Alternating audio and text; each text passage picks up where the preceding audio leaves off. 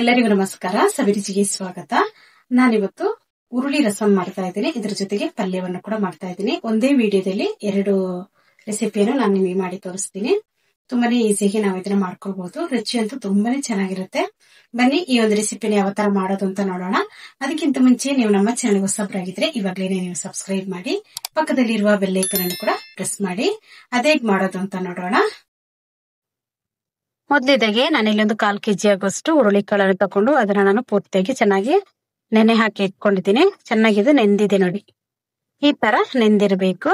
ನೆಂದಿರೋದನ್ನು ಚೆನ್ನಾಗಿ ತೊಳೆದು ಇದ್ರ ನೀರನ್ನೆಲ್ಲ ತೆಗೆದು ತೊಳೆದು ಇಟ್ಕೊಂಡಿದ್ದೀನಿ. ಇವಾಗ ಇದನ್ನೊಂದು ಕುಕ್ಕರ್ಗೆ ಹಾಕೊಳ್ಳೋಣ. ಕುಕ್ಕರ್ಗೆ ಹಾಕೊಂಡು ಇದನ್ನ ನೀಟಾಗಿ ಚೆನ್ನಾಗಿ ಬೇಯಿಸ್ಕೋಬೇಕು. ಹುರುಳಿಕಾಳು ಗಟ್ಟಿ ಆಗಿದ್ರಿಂದ ನಾನು ಇದನ್ನ ರಾತ್ರಿ ಪೂರ್ತಿ ನೆನೆ ಹಾಕಿ ಇಟ್ಕೊಂಡಿದ್ದೆ. ಇವಾಗ ಹುರುಳಿನೆಲ್ಲ ಕುಕ್ಕರ್ಗೆ ಹಾಕೊಂಡಿದ್ದೀನಿ. ಇವಾಗ ಇದೇ ಬೌಲಲ್ಲಿ ನಾನು 2 ಬೌಲ್ ಆಗುವಷ್ಟು ನೀರನ್ನು ಸೇರಿಸ್ಕೊಂಡಿದ್ದೀನಿ. ರಸಂ ನಿಮಗೆ ಎಷ್ಟು ಬೇಕು ಅಷ್ಟು ನೀರನ್ನು ನೀವು ಇಲ್ಲಿ ಸೇರಿಸ್ಕೊಳ್ಬಹುದು. ಇವಾಗ ನಾನು 2ರಷ್ಟು ನೀರನ್ನು ಹಾಕೊಂಡಿದ್ದೀನಿ. ರುಚಿಗೆ ತಕ್ಕಷ್ಟು ಉಪ್ಪನ್ನು ಕೂಡ ಸೇರಿಸ್ಕೊಂಡಿದ್ದೀನಿ. 1 ಸ್ಪೂನ್ ಆಗುವಷ್ಟು ತುಪ್ಪವನ್ನು ಕೂಡ ಸೇರಿಸ್ಕೊಂಡಿದ್ದೀನಿ. ಈ ತರ ತುಪ್ಪವನ್ನು ನಾವು ಹಾಕೋದ್ರಿಂದ ನಮಗೆ ಇಲ್ಲಿ ಹುರುಳಿಕಾಳು ಚೆನ್ನಾಗಿ ಸಾಫ್ಟ್ ಆಗಿ ಬೇಯುತ್ತೆ. ಅದಕ್ಕೋಸ್ಕರ ತುಪ್ಪವನ್ನು ಹಾಕೊಂಡಿದ್ದೀನಿ. ಇವಾಗ ಇದನ್ನ ಮುಚ್ಚಳ ಮುಚ್ಚಿ ಒಂದು 5 ರಿಂದ 6 ವಿಸಿಲ್ ಚೆನ್ನಾಗಿ ಕೂಗಿಸ್ಕೊಂಡ್ಬಿಡೋಣ. ಇವಾಗ ನೋಡಿ ಚೆನ್ನಾಗಿ ಒಂದು 5 ರಿಂದ 6 ವಿಸಿಲ್ ಆಗಿದೆ. ಇವಾಗ ಇದನ್ನ ತೆಗೆದು ನೋಡೋಣ. ಸ್ಟೀಮ್ ಎಲ್ಲ ಹೋದ್ಮೇಲೆ ನಾನು ಇದನ್ನ ತೆಗೆದು ನೋಡ್ತಾ ಇದ್ದೀನಿ. ಇವಾಗ ಕಾಳು ಕೂಡ ನೋಡಿ ಎಷ್ಟು ಚೆನ್ನಾಗಿ ಬೆಂದಿದೆ ಅಂತ ನೋಡಿ. ಪೂರ್ತಿಯಾಗಿ ನುಣ್ಣಗೆ ಈ ತರ ಬೆಂದಿದೆ ನೋಡಿ. ಈ ತರ ನಾವು ಹುರುಳಿಯನ್ನು ಚೆನ್ನಾಗಿ ಬೇಯಿಸೋದ್ರಿಂದ ರಸಂ ಕೂಡ ತುಂಬಾನೇ ಟೇಸ್ಟಿ ಆಗಿರುತ್ತೆ. ಇವಾಗ ಇಲ್ಲಿ ಹುಣಸೆ ಹುಳಿಯನ್ನು 1 ನಿಂಬೆ ಹಣ್ಣು ಗಾತ್ರದಷ್ಟು ಹುಣಸೆ ಹುಳಿಯನ್ನು ತಗೊಂಡಿದ್ದೀನಿ. ಅದನ್ನ ಚೆನ್ನಾಗಿ ತೊಳೆದು ನೀರಲ್ಲಿ ನೆನೆ ಹಾಕಿ ಇಟ್ಕೊಂಡಿದ್ದೀನಿ. ಇವಾಗ ಒಂದು ಮಣ್ಣಿನ ಪಾತ್ರೆ ತಗೊಂಡಿದ್ದೀನಿ. ಅದಕ್ಕೆ ಒಂದು 2 ಟೇಬಲ್ ಸ್ಪೂನ್ ಆಗುವಷ್ಟು ಎಣ್ಣೆಯನ್ನು ಹಾಕೊಂಡಿದ್ದೀನಿ. ಎಣ್ಣೆ ಚೆನ್ನಾಗಿ ಬಿಸಿ ಆದ್ಮೇಲೆ ಒಂದು ಅರ್ಧ ಸ್ಪೂನ್ ಆಗುವಷ್ಟು ಸಾಸಿವೆಯನ್ನು ಹಾಕೊಂಡಿದ್ದೀನಿ. ಸಾಸಿವೆ ಚೆನ್ನಾಗಿ ಸಿಡಿಲಿ. ಸಾಸಿವೆ ಸಿಡಿದ್ಮೇಲೆ ಇದ್ರ ಜೊತೆಗೇನೆ ನಾನು ಒಂದು ಅರ್ಧ ಸ್ಪೂನ್ ಆಗುವಷ್ಟು ಜೀರಿಗೆಯನ್ನು ಕೂಡ ಇಲ್ಲಿ ಸೇರಿಸ್ಕೊಳ್ತಾ ಇದ್ದೀನಿ.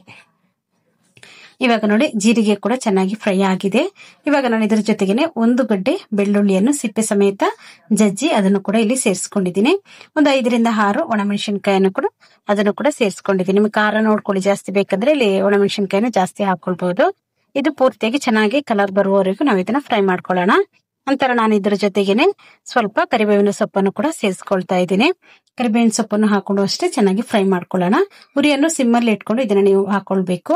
ಇವಾಗ ನಾನು ಇದಕ್ಕೆ ಒಂದು 1/4 ಸ್ಪೂನ್ ಆಗುವಷ್ಟು ಖಾರದ ಪುಡಿ, 1 ಚಿಟಿಕೆ ಆಗುವಷ್ಟು ಅರಿಶಿಣ ಪುಡಿಯನ್ನು ಕೂಡ ಸೇರಿಸ್ಕೊಂಡಿದ್ದೀನಿ. ಒಂದು 1/4 ಸ್ಪೂನ್ ಆಗುವಷ್ಟು ಪೆಪ್ಪರ್ ಪೌಡರ್ ಅನ್ನು ಕೂಡ ಇಲ್ಲಿ ಹಾಕೊಂಡು ಇದನ್ನು ಕೂಡ ಸ್ವಲ್ಪ ಹೊತ್ತು ಫ್ರೈ ಮಾಡ್ಕೊಳ್ತಾ ಇದ್ದೀನಿ.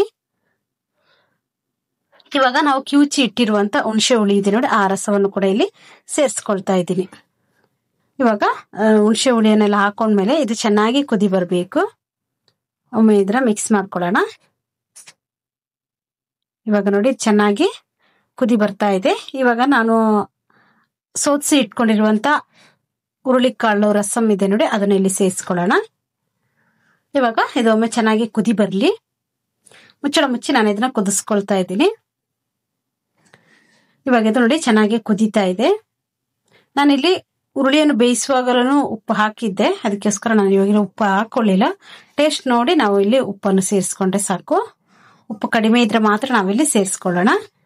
ಇವಾಗೊಮ್ಮೆ ಮಿಕ್ಸ್ ಮಾಡ್ಕೊಂಡಾದ್ಮೇಲೆ ನಂತರ ಸ್ವಲ್ಪ ಉಪ್ಪು ಕಡಿಮೆ ಇದೆ ಅನ್ನಿಸ್ತು, ನಾನು ಇನ್ನೂ ಸ್ವಲ್ಪ ಉಪ್ಪನ್ನು ಹಾಕೊಂಡಿದ್ದೀನಿ. ಹಾಕೊಂಡ್ಬಿಟ್ಟು ಇದ್ರ ಜೊತೆಗೇನೆ ಸ್ವಲ್ಪ ಕೊತ್ತಂಬರಿ ಸೊಪ್ಪನ್ನು ಕೂಡ ಸೇರಿಸ್ಕೊಂಡಿದ್ದೀನಿ. ಸೇರಿಸ್ಕೊಂಡು ಒಮ್ಮೆ ಮಿಕ್ಸ್ ಮಾಡ್ಕೊಳ್ಳೋಣ. ತುಂಬಾನೇ ರುಚಿಯಾಗಿರುವಂತ ರಸಂ ಇಲ್ಲಿ ರೆಡಿ ಆಗಿದೆ ನೋಡಿ. ಈ ಮಳೆಗಾಲದಲ್ಲಿ ಈ ತರ ಒಂದು ರಸಮನ್ನು ಮಾಡಿ ಶೀತ, ಕೆಮ್ಮು, ಜ್ವರ ಬಂದು ಬಾಯೆಲ್ಲ ಕೆಟ್ಟೋಗಿರುವಂತ ಸಮಯದಲ್ಲಿ ಈ ತರ ಒಂದು ರಸಮನ್ನು ಮಾಡ್ಕೊಂಡು ಕುಡಿದ್ರೆ ತುಂಬಾನೇ ಚೆನ್ನಾಗಿರುತ್ತೆ. ಇದ್ರ ಜೊತೆಗೆ ನಾನು ಪಲ್ಯವನ್ನು ಕೂಡ ನಿಮಗೆ ಮಾಡಿ ತೋರಿಸ್ತೀನಿ. ಇವಾಗ ಒಂದು ಪ್ಯಾನ್ ಇಟ್ಕೊಂಡಿದ್ದೀನಿ. ಅದಕ್ಕೆ ಒಂದು 2 ರಿಂದ 3 ಸ್ಪೂನ್ ಆಗುವಷ್ಟು ಎಣ್ಣೆಯನ್ನು ಹಾಕೊಂಡಿದ್ದೀನಿ. ಎಣ್ಣೆ ಚೆನ್ನಾಗಿ ಬಿಸಿ ಆಗ್ಲಿ. ಎಣ್ಣೆ ಬಿಸಿ ಆದ್ಮೇಲೆ ಇದಕ್ಕೆ ಸ್ವಲ್ಪ ಸಾಸಿವೆಯನ್ನು ಹಾಕೊಳ್ಳೋಣ. ಸ್ವಲ್ಪ ಜೀರಿಗೆಯನ್ನು ಕೂಡ ಇಲ್ಲಿ ಸೇರಿಸ್ಕೊಳ್ಳೋಣ. ಒಂದು ಅರ್ಧ ಸ್ಪೂನ್ ಆಗುವಷ್ಟು ಜೀರಿಗೆಯನ್ನು ಕೂಡ ಇಲ್ಲಿ ಸೇರಿಸ್ಕೊಳ್ತಾ ಇದ್ದೀನಿ. ಇದ್ರ ಜೊತೆಗೇನೆ ಜಜ್ಜಿರುವಂತ ಬೆಳ್ಳುಳ್ಳಿ, ಒಂದು 4 ರಿಂದ 5 ಎಸಳು ಬೆಳ್ಳುಳ್ಳಿಯನ್ನು ಜಜ್ಜಿ ಅದನ್ನು ಕೂಡ ಇಲ್ಲಿ ಸೇರಿಸ್ಕೊಳ್ತಾ ಇದ್ದೀನಿ. ಇದ್ರ ಜೊತೆಗೇನೆ ಒಂದು ದಪ್ಪದಾದಂತ ಈರುಳ್ಳಿಯನ್ನು ಕೂಡ ಹಾಕೊಂಡಿದ್ದೀನಿ. ಒಂದು 2 ಒಣಮೆಣಸಿನಕಾಯಿಯನ್ನು ಕೂಡ ಇಲ್ಲಿ ಸೇರಿಸ್ಕೊಳ್ತೀನಿ. ಖಾರ ನಿಮಗೆ ನೋಡ್ಕೊಳ್ಳಿ, ಜಾಸ್ತಿ ಬೇಕಂದ್ರೆ ನೀವು ಇಲ್ಲಿ ಜಾಸ್ತಿ ಸೇರಿಸ್ಕೊಳ್ಬಹುದು. ಇದ್ರ ಜೊತೆಗೇನೆ ನಾನು ಒಂದು ಆಲೂಗಡ್ಡೆ, ದಪ್ಪದಾದಂತ ಒಂದು ಆಲೂಗಡ್ಡೆಯನ್ನು ಚಿಕ್ಕ ಚಿಕ್ಕದಾಗಿ ಪುಡಿ ಪುಡಿಯಾಗಿ ಕಟ್ ಮಾಡಿಕೊಂಡು ಅದನ್ನು ಕೂಡ ನಾನಿಲ್ಲಿ ಸೇರಿಸ್ಕೊಳ್ತಾ ಇದ್ದೀನಿ. ಆಲೂಗಡ್ಡೆಯನ್ನು ನಾವು ಈ ತರ ಒಗ್ಗರಣೆಗೆನೆ ಹಾಕೋದ್ರಿಂದ ಎಣ್ಣೆಲೆ ಚೆನ್ನಾಗಿ ಬೇಯುತ್ತೆ. ಅವಾಗ ಪಲ್ಯ ಅಂತೂ ತುಂಬಾನೇ ಚೆನ್ನಾಗಿರುತ್ತೆ. ಇದ್ರ ಜೊತೆಗೇನೆ ಸ್ವಲ್ಪ ಕರಿಬೇವಿನ ಸೊಪ್ಪನ್ನು ಕೂಡ ಇಲ್ಲಿ ಸೇರಿಸ್ಕೊಳ್ತಾ ಇದ್ದೀನಿ. ಸೇರಿಸ್ಕೊಂಡು ಈ ಎಣ್ಣೆಲೆ ಇದನ್ನ ಚೆನ್ನಾಗಿ ಫ್ರೈ ಮಾಡ್ಕೊಳ್ಳೋಣ. ಒಗ್ಗರಣೆಯಲ್ಲಿ ಆಲೂಗಡ್ಡೆ ಪೂರ್ತಿಯಾಗಿ ಚೆನ್ನಾಗಿ ಬೆಂದಿರ್ಬೇಕು.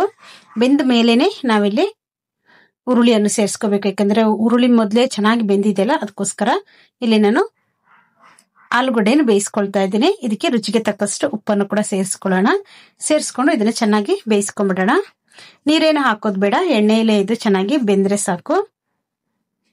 ನೋಡಿ, ಇಲ್ಲಿ ಆಲೂಗಡ್ಡೆದು ಕಲರ್ ಎಲ್ಲ ಪೂರ್ತಿಯಾಗಿ ಚೇಂಜ್ ಆಗಿದೆ. ನೋಡಿ, ಆಲೂಗಡ್ಡೆ ಚೆನ್ನಾಗಿ ಬೆಂದ ಮೇಲೆ ನಾನಿಲ್ಲಿ ಉರುಳಿಯನ್ನು ಕೂಡ ಇಲ್ಲಿ ಸೇರಿಸ್ಕೊಳ್ತಾ ಇದ್ದೀನಿ. ಉರುಳಿಯನ್ನು ಹಾಕೊಂಡು ಒಮ್ಮೆ ಇದನ್ನ ಚೆನ್ನಾಗಿ ಮಿಕ್ಸ್ ಮಾಡ್ಕೊಳ್ಳೋಣ. ನೋಡಿ, ಇದ್ರ ಜೊತೆಗೇನೆ ಒಂದು ಅರ್ಧ ಸ್ಪೂನ್ ಆಗೋಷ್ಟು ಚಿಲ್ಲಿ ಫ್ಲೇಕ್ಸ್ ಅನ್ನು ಕೂಡ ಇಲ್ಲಿ ಸೇರಿಸ್ಕೊಳ್ತಾ ಇದ್ದೀನಿ. ಸ್ವಲ್ಪ ಉಪ್ಪನ್ನು ಕೂಡ ಇಲ್ಲಿ ಸೇರಿಸ್ಕೊಳ್ಳೋಣ. ಆಲೂಗಡ್ಡೆಗೆ ಸ್ವಲ್ಪ ಉಪ್ಪನ್ನು ಹಾಕೊಂಡಿದೀವಿ, ಇನ್ನೊಂದು ಸ್ವಲ್ಪ ಉಪ್ಪನ್ನು ಹಾಕೊಂಡಿದ್ದೀನಿ. ಹಾಕೊಂಡೊಮ್ಮೆ ಇದನ್ನ ಮಿಕ್ಸ್ ಮಾಡ್ಕೊಳ್ಬೇಕು. ಸ್ವಲ್ಪ ಈ ಪಲ್ಯಕ್ಕೆ ಸ್ವಲ್ಪ ಎಣ್ಣೆ ಸ್ವಲ್ಪ ಜಾಸ್ತಿ ಹಾಕೊಳ್ಳಿ, ಅವಾಗ ಚೆನ್ನಾಗಿರುತ್ತೆ. ಇವಾಗ ಇದನ್ನ ಚೆನ್ನಾಗೊಮ್ಮೆ ಮಿಕ್ಸ್ ಮಾಡ್ಕೊಳ್ಳೋಣ. ಇದ್ರ ಜೊತೆಗೇನೆ ಇದು ಚೆನ್ನಾಗಿ ಮಿಕ್ಸ್ ಮಾಡ್ಕೊಂಡು ಆದ್ಮೇಲೆ ನಾನಿಲ್ಲಿ ಒಂದು 4 ಟೇಬಲ್ ಸ್ಪೂನ್ ಆಗುವಷ್ಟು ಹಸಿ ತೆಂಗಿನ ತುರಿಯನ್ನು ಹಾಕೊಂಡಿದ್ದೀನಿ. ಹಾಕೊಂಡು ಇದನ್ನೊಮ್ಮೆ ಚೆನ್ನಾಗಿ ಮಿಕ್ಸ್ ಮಾಡ್ಕೊಳ್ಳೋಣ.